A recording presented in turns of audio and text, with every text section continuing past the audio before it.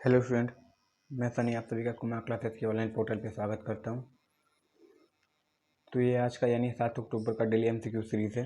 ठीक है, देखिए इसकी इंपॉर्टेंस क्या है। अगर आप एक दिन में 15 क्वेश्चन भी लगाते हैं तो अगर एक महीने की बात करें तो आप एक महीने यानी 30 दिन में कम से कम 450 क्वेश्चन अटैम्प्ट कर लेंगे। ठीक है, यानी लगभग 500 क्वेश्चन। यानी एक महीने में अगर आप जॉली मूड में 15 से 20 मिनट आपको एमसीक्यू सीरीज़ को वॉच करना है और अगर आप 500 क्वेश्चन लगाएं तो इसमें गारंटी कम से कम 4 से 5 क्वेश्चन तो मैच करेगा ही, कम से कम की बात करें। ठीक है, क्योंकि ऐसे क्वेश्चन लाए जाते हैं जो रिपीटेड बार बार हर किसी न किसी एग्जाम में कभी न कभी पूछे ही जाते हैं। ठीक है, तो ऐसे क्वेश्चन को लाया जाता है जिससे क्या होगा, आपका कॉन्फिडेंस भी बिल्डअप होगा और अगर इसकी तैयारी कर लेते हैं तो ये क्वेश्चन आप लोग को रिपीटेड पूछा जाता है तो आपको कहीं दूसरी जगह देखने की ज़रूरत नहीं है और मात्र कितना समय 10 से 15 मिनट का समय लगता है ये सब सारे क्वेश्चन को देखने में। ठीक है, तो इसी के साथ आज का सेशन स्टार्ट करते हैं। और बाबू जब पसंद आया करे तो इसको लाइक कर दिया करो, शेयर कर दिया करो। ठीक है, और चैनल पे नए रहो तो सब्सक्राइब कर दिया करो। ठीक है, तो देखो पहला क्वेश्चन देखते हैं आज का क्या है। देखो पहला क्वेश्चन क्या है कि एक 12 बिट फ्लैश एडीसी में कितने तुलनाकारक की आवश्यकता होती है। ठीक है, यानी how many comparator would a 12 bit flash ADC require.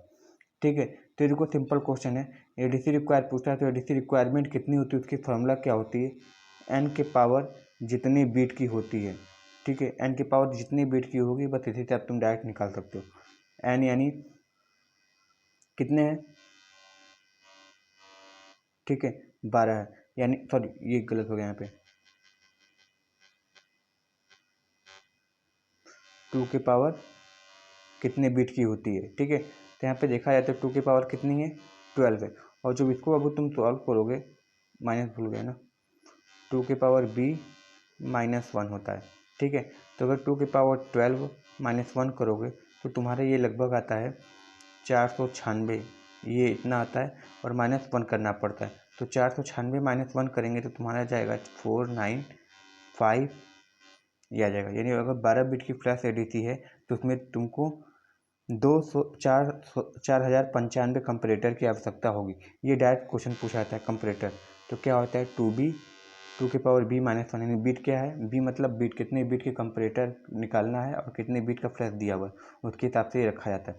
तो एक नंबर का सवाल है जो डायरेक्ट बनता है। ठीक है, और जिसको पता नहीं होता है वो छोड़कर चला होता है। ठीक है, तो चलो नेक्स्ट क्वेश्चन देखते हैं। नेक्स्ट क्वेश्चन क्या है,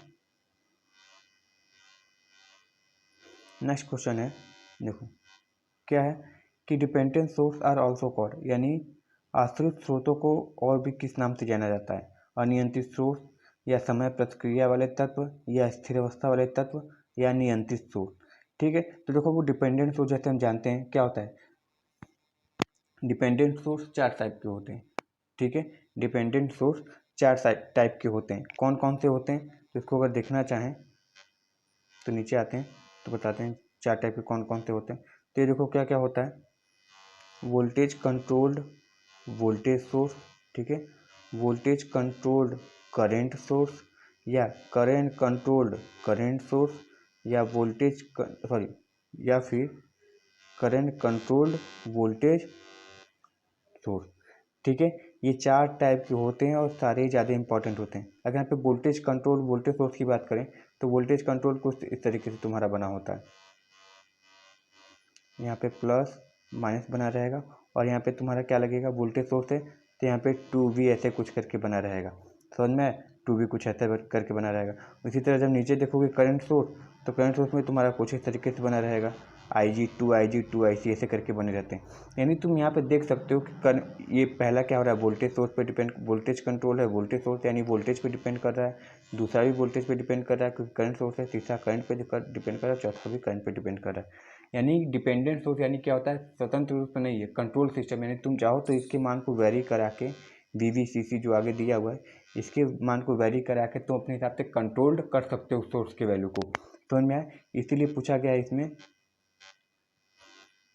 कि क्या होता है ये, तो ये क्या होता है तुम्हारा कंट्रोल्ड सोर्स होता है, जैसा कि सारी चारों लिखवा दिए। तो 4 टाइप के होते हैं डिपेंडेंट सोर्स और क्या होता है ये कंट्रोल्ड सोर्स होता है। तो इसको याद रखना है, बहुत ज़्यादा क्वेश्चन पूछे जाते हैं और शायद पिछले किसी सेट में पूछा भी गया UPSL के।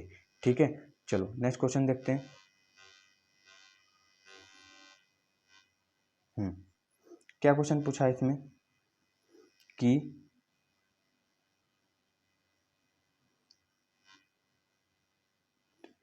डिफरेंशियल कंपाउंड डीसी मोटर के उपयोग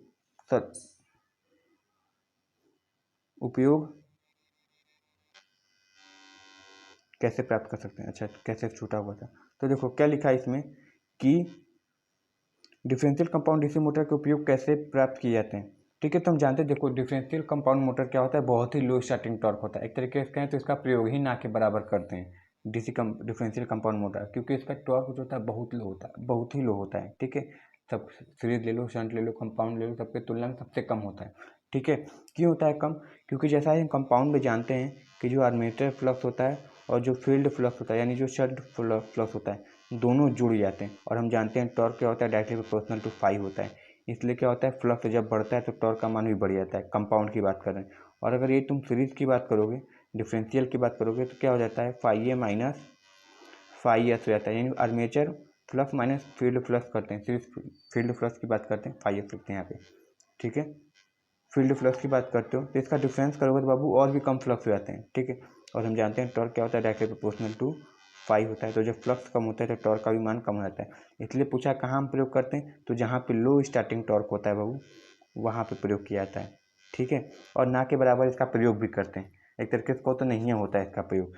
ठीक है, तो इस चीज़ का ध्यान देना है। चलो नेक्स्ट क्वेश्चन देखते हैं।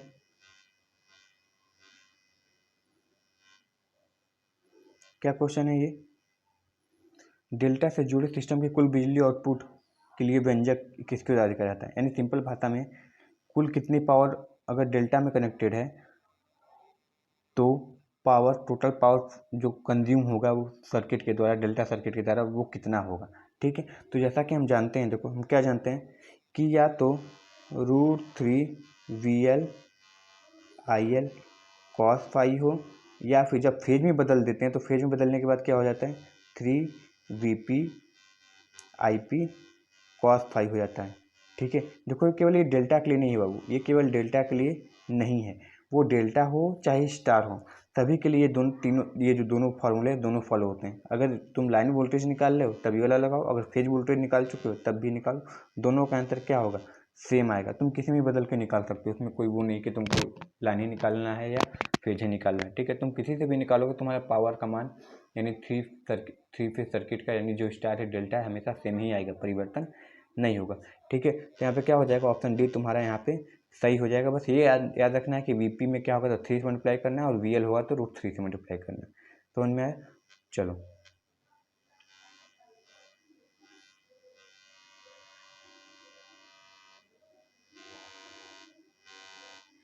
देखो, इसमें क्वेश्चन पूछा गया है कि निम्न में से किसके लिए हॉल प्रभाव का उपयोग किया जाता है, यानी हॉल इफेक्ट का प्रयोग क्यों किया जाता है।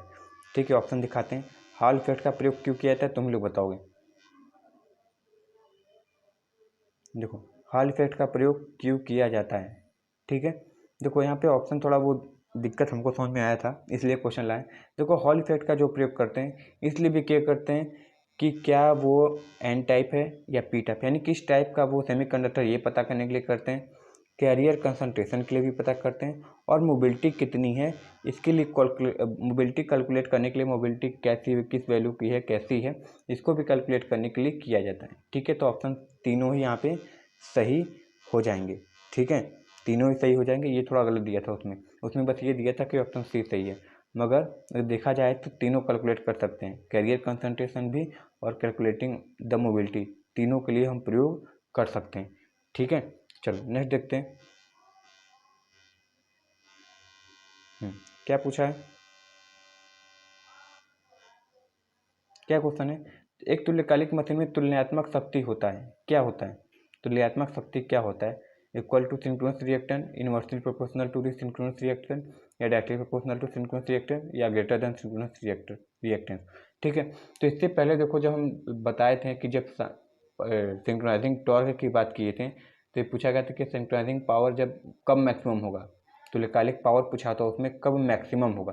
तो वहाँ पे साइन वाली वैल्यू बताए थे, एक फार्मूला बताए थे, फिर बताए थे कि साइन डेल से क्या होता है, डायरेक्टली प्रोपोर्शनल होता है। फिर यहाँ पे उसी फार्मूले से दूसरा चीज़ पूछ लिया है क्या पूछ लिया कि बताओ तो शक्ति क्या होता है, रिएक्टेंस से रिलेशन बना दिया है। तो रिलेशन हमको पता है क्या होता है रिएक्टेंस से, ये होता है पी सिंक्रोनाइजिंग, यानी सिंक्रोनाइजिंग पावर जो होता है वो होता है V E F x S sine theta. वहाँ डेल लिखे थे, थीटा लिखो, फाइव लिखो, कोई नहीं, हम तो एंगल दिखाने के लिए उपयोग किए। तो यहाँ पर देख सकते हो जो सिंक्रोनाइजिंग पावर है वो एक्सेस से क्या है, इनवर्सली प्रोपोर्शनल है, यानी विद का अनुपातिक है।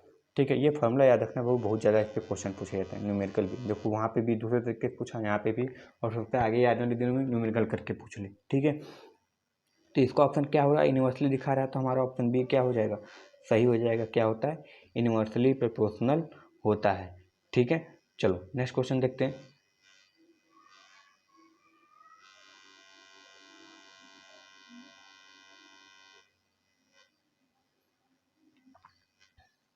इसमें देखो क्वेश्चन क्या पूछा है, एक ट्रांजिस्टर है जिसमें बीटा की वैल्यू क्या दी हुई है, 500 दी हुई है। ठीक है, बेस करंट कितना दिया है, 5 मिली एम्पियर दिया है। तो तुमसे किसका मान पूछा है, एमीटर का मान पूछा हुआ है। ठीक है, किसका मान पूछा हुआ है, एमीटर का मान पूछा हुआ है, यानी आई ई का मान पूछा हुआ है, आई बी का मान दे चुका है, और तुम्हारी ये बीटा का मान दिया है। तो हमको पता है बीटा यानी किसके लिए प्रयोग होता है। ठीक है, तो बीटा प्रयोग किसके लिए करते हैं, कॉमन एमीटर के लिए करते हैं। ठीक है, बीटा का प्रयोग हम क्यों करते हैं, कॉमन एमीटर के लिए करते हैं, कोई दिक्कत नहीं है। ठीक है, बीटा का मान कॉमन एमीटर के लिए हम करते हैं। अल्फा का मान किसके लिए करते हैं, कॉमन बेस के लिए करते हैं। तो उनमें आता है, यहाँ पे अगर बीटा लिखना चाहें तो बीटा बराबर क्या होता है, कॉमन एमीटर, अगर कॉमन एमीटर देखा जाए तो क्या होता है हमारा आई सी अपॉन आई बी होता है। ठीक है, तो यहाँ पे बीटा का मान हमको देखो जैसे पता है क्या है, यहाँ पे ये 500 है। आई सी का मान निकालना चाहें, आई सी अपॉन आई बी, तो आई बी का मान कितना दिया हुआ है, आई बी का मान यहाँ पे दिया है 5 मिली एम्पियर। ठीक है, 5 मिली एम्पियर अभी लिख देते हैं, 5 मिली एम्पियर। तो आई सी का मान निकालोगे तो ये कहाँ जाएगा, इधर जाके क्या हो जाएगा, मल्टीप्लाई हो जाएगा। ठीक है, तो यही करते हैं। देखो तो हमारा आई सी का मान क्या निकल जाएगा, तो आई सी बराबर कितना हो जाएगा, जो 500 निकला था बीटा, ये नीचे जो था ऊपर जाकर क्या हो जाएगा, 5 मिली एम्पियर। 5 ऐसे कर देते हैं, और मिली करेंगे तो नीचे करने के लिए, क्योंकि 10⁻³ हो जाएगा मिली में से एम्पियर में बदलने के लिए, तो जो 10⁻³ है नीचे लागो तो क्या हो जाएगा, वो 1000 बन जाएगा। ठीक है, इसको ऐसे काट देते हैं, इसको कैसे काटते हैं, 2 से काट देते हैं, ये कितना काटते हैं 2.5 एम्पियर, यानी हमारे आई सी 2.5 एम्पियर आ रहा है। ठीक है, यानी हमारे आई सी का मान निकल गया कितना है, 2.5 एम्पियर निकल गया आई सी का मान। अब हमको ये भी पता है क्या, कि जो आई ई होता है, आई ई कॉमन एमीटर का ही मान, एमीटर करंट का ही मान निकालना है ना। तो आई ई बराबर आई सी कितना दिया हुआ है हमारा, 2.5 एम्पियर दिया हुआ है, प्लस बेस का कितना मान दिया हुआ है, बेस का निकालना चाहें तो बेस का, क्योंकि आई ई बराबर आई सी प्लस आई बी होता है ना, तो आई बी करंट कितना दिया हुआ था हमारा, 5 मिली एम्पियर दिया हुआ था, 5 मिली एम्पियर दिया हुआ था। इसको ऐसे करना चाहे तो क्या हो जाएगा, ये 1000 से ऐसे हो जाएगा ना, 1000 से ऐसे हो जाएगा मिली एम्पियर में। तो यानी ये भी एम्पियर में हम बदल दिए, तो एम्पियर में बदल दिए तो ये कितना हो जाएगा, जब ये इधर जाएगा तो कितना हो जाएगा, 1000 से एलसीएम लेने पे अगर ये 1000 नीचे लिखते हैं तो कितना हो जाएगा, ये 1 है, यानी 1000 से 2.5 को मल्टीप्लाई करोगे तो कितना आएगा तुम्हारा, ये हो जाएगा, ये एक जीरो कट गया, तुम्हारा आएगा 250। ठीक है, यही आएगा, क्योंकि इसको देखो करोगे तो क्या हो जाएगा, 25 गुणे 1000 बटे कितना हो जाएगा, ये 10 हो जाएगा, ये काट दोगे कितना हो जाएगा 2500। ठीक है, 2500 हो गया, और ये 5 हो गया, तो कितना हो जाएगा हमारा, एक तरीके से देखें तो 2505 यही आ रहा है, और बटे हमारा कितना है, ये 1000 है। तो इसको क्या करेगा, हमारा कितना आ जाएगा 2.5 मिली एम्पियर में हो जाएगा, क्योंकि फिर 1000 से भाग देंगे तो मिली में बदल जाएगा। तो कितना हो जाएगा 2.5 मिली एम्पियर हमारा सही आंसर हो जाएगा। एक बार करके देखना, ईजी है। ठीक है, 2.5 एम्पियर, 2.505 हमारा एम्पियर सही हो जाएगा, क्योंकि 1000 से भाग दे दिए थे तो हमारा एम्पियर में बदल गया था। ठीक है, तो 2.505 हमारा क्या हो जाएगा, यहाँ पे सही आंसर हो जाएगा। ठीक है, चलो नेक्स्ट देखते हैं। देखो ये फॉर्मूला याद रहेगा तो आराम से हो जाएगा। ठीक है ना, हमारा आ गया था 2.505 प्लस करने पे, क्योंकि 200 2 2000 क्या आया था हमारा, 500 आया था, फिर 0.5 जोड़े थे क्योंकि मिली को एम्पियर में बदल लिए थे, तो जोड़े तो क्या है 2.505 आया। तो इसी तरीके से तुम लोग भी करोगे तो तुम्हारा भी एम्पियर में आंसर आ जाएगा। ठीक है, चलो नेक्स्ट देखते हैं।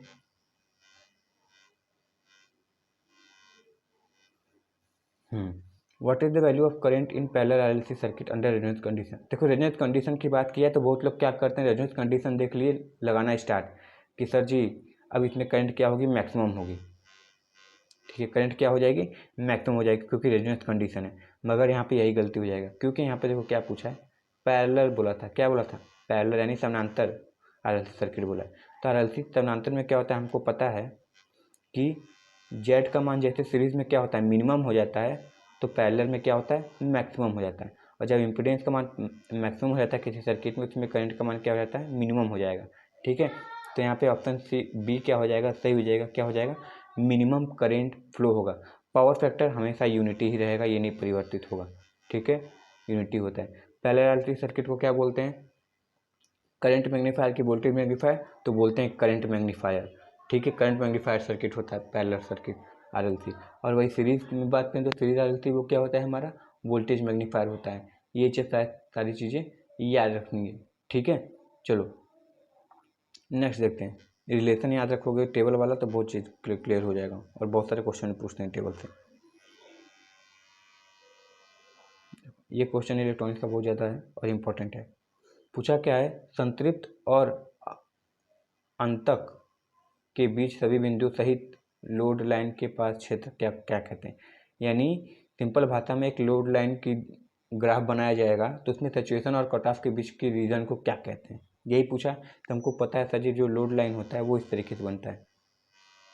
ठीक है, ये हमारी पॉइंट जो होती है, ये हमारी पॉइंट होती है क्या, ये पॉइंट होती है हमारी कट ऑफ पॉइंट। क्या होती है, CO यानी कट ऑफ पॉइंट होती है। और ये क्या होती है, सेचुरेशन पॉइंट है, सेचुरेशन पॉइंट है। तो यहाँ पे तुम आसानी से, और देखो जो DC लोड लाइन होता है जब बीच से कहीं से काटता है, ओरिजिन से जाता है, तो इसको क्विसेंट पॉइंट बोलते हैं, क्विसेंट पॉइंट बोलते हैं। ठीक है, मगर क्विसेंट पॉइंट वो हमारा अभी फिलहाल नहीं है उस क्वेश्चन में, तो इसको हटा देते हैं। तो देखो क्या होता है, ये रीजन तुम देख रहे होगे तो तुम आसानी से देख रहे हो कि क्या है, लीनियर यानी रेखीय दिखा रहा है। यानी किसी का मान बढ़ने पे बढ़ रहा है, घटने पे घटते चला जा रहा है। ठीक है, तो ये क्या दिखा रहा है हमारा, लीनियर यानी रेखीय क्षेत्र दिखा रहा है। कहीं भी सीधी रेखा खींच दी जाती है तो वो लीनियर हो जाता है। ठीक है, भले ही उल्टी खींच दें। ठीक है, तो क्या होता है, वो लीनियर रेखा होता है, यानी उसके साथ बढ़ने पे बढ़ता है, उसके घटने पे घटता है।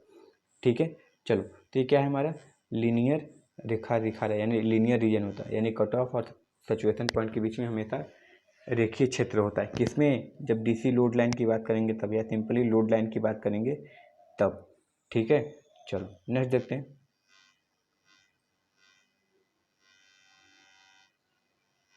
ये बहुत ज़्यादा क्वेश्चन पूछता है, ये बताओ केमिकल इफेक्ट किस में प्रयोग किया जाता है, केमिकल इफेक्ट ऑफ करंट किस में प्रयोग किया जाता है। तो केमिकल इफेक्ट यानी इस तरीके से देखो तो बैटरी, समझने के लिए बता रहे हैं, याद करने के लिए। बैटरी यानी एम्पियर आवर, क्योंकि DC भी बैटरी देता है। ठीक है, तो एम्पियर आवर इसका सही आंसर हो जाएगा। ठीक है, इसी तरह क्या पूछता है बताओ, थर्मल इफेक्ट कहाँ प्रयोग होता है। तो थर्मल इफेक्ट कहाँ प्रयोग होता है, हमारा थर्मोकपल या हॉट वायर इंस्ट्रूमेंट में प्रयोग होता है। फिर पूछता है बताओ इंडक्टिव इफेक्ट कहाँ प्रयोग होता है। तो इंडक्टिव इफेक्ट हमारा प्रयोग होता है किसमें, सारे इंडक्शन इंस्ट्रूमेंट में प्रयोग होता है। फिर बोलता है बताओ इलेक्ट्रोस्टैटिक इफेक्ट किस में प्रयोग होता है। तो इलेक्ट्रोस्टैटिक इफेक्ट हमारा इलेक्ट्रोस्टैटिक वोल्टमीटर में प्रयोग होता है। तो ये इंस्ट्रूमेंट के क्वेश्चन है और एक नंबर में पूछता ही पूछता है। ठीक है, तो ये चीज़ हमको याद रखना है हमेशा। तो मैं इसकी यूनिट किस में दिखाए जाते हैं, एम्पियर आवर में एनर्जी मापता है। ठीक है, DC ampere hour watt meter जो है एम्पियर आवर में एनर्जी को मापता है। ठीक है, और ये AC एम्पियर आवर मीटर हो जाएगा तो किस में मापता है, किलो वाट आवर में। ये AC को मापता है और ये DC करंट को मापता है, यानी DC एनर्जी को ये मापेगा और वो AC एनर्जी को। ठीक है, तो ये चीज़ याद रखनी है। सही है, आई होप क्लियर हो गया होगा।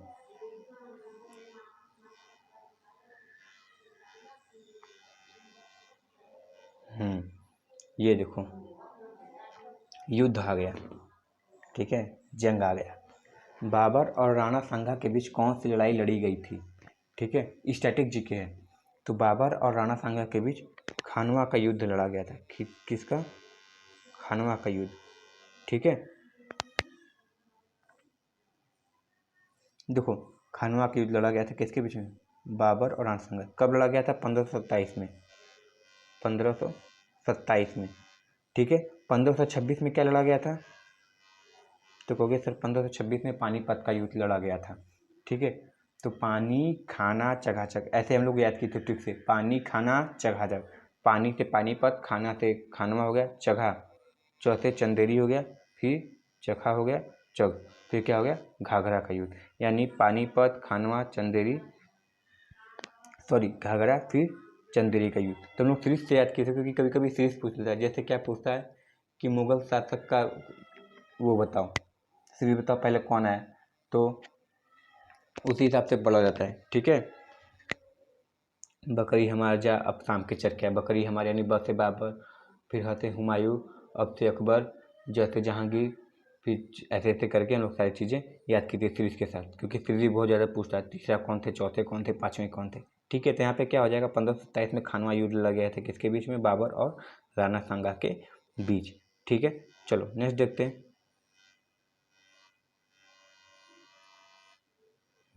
ये बहुत ज़्यादा इंपॉर्टेंट है। जैसे हमारे लिए क्या है, तीर्थ यात्रा है। ठीक है, इसी तरह इन लोग के लिए क्या है, हज की यात्रा है। तो पूछा है राज्यों के खर्चों पर हज तीर्थ यात्रा शुरू करने वाला पहला भारतीय शासक कौन था?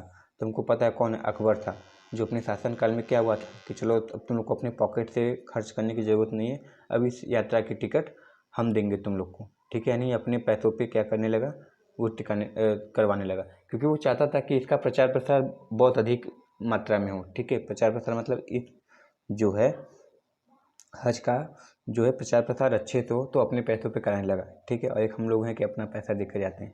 ठीक है, तो अकबर ने क्या किया, फिर अपने साथ अपने राज्य के खर्चों पर क्या करने लगा, हज की यात्रा कराना शुरू कर दिया। किसने? अकबर ने। ठीक है, चलो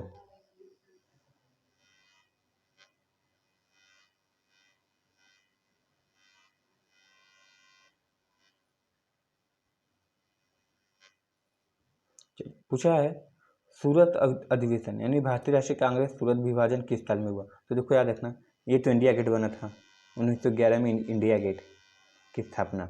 ठीक है, 1907 में क्या हुआ हमारा, यही हुआ, क्या हुआ, सूरत का विभाजन हुआ। सूरत का विभाजन 1907 में हुआ। बंगाल विभाजन 1905 में हुआ। ये सब सारी चीज़ें याद रखा करो बाबू। ठीक है, एक में क्या क्या चीज़ें दी हुई हैं। क्या हुआ ये, इंडिया गेट। ठीक है, जब स्थानांतरण किया गया दिल्ली से, जब दिल्ली मतलब कलकत्ता से राजधानी दिल्ली की गई थी, तब इंडिया गेट का निर्माण ये सब किया गया, किसी के स्वागत में किया गया था। ठीक है, जब रानी आई थी इंग्लैंड की, तो उनके स्वागत में क्या किया गया था, इंग्लैंड से जब आई थी तो क्या हुआ था, इंडिया गेट बनाया गया। फिर 1907 में क्या हुआ, सूरत अधिवेशन हुआ। ठीक है, अरे अधिवेशन बोल रहे हैं, सूरत विभाजन हुआ। फिर 1905 में बंगाल विभाजन हुआ। तो ये सब सारी चीज़ें याद रखा करो। ठीक है, चलो नेक्स्ट।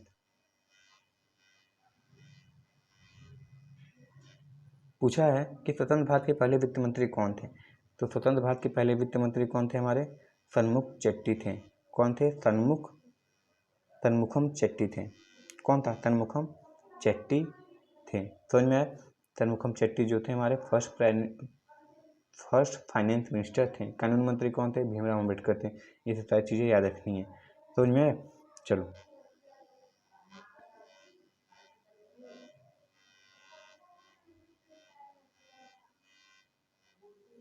ये क्वेश्चन है, निम्नलिखित शब्द का विलोम शब्द का चयन, निम्नलिखित शब्द के विलोम शब्द का चयन किए। नष्ट, नष्ट यानी खत्म करना। ठीक है,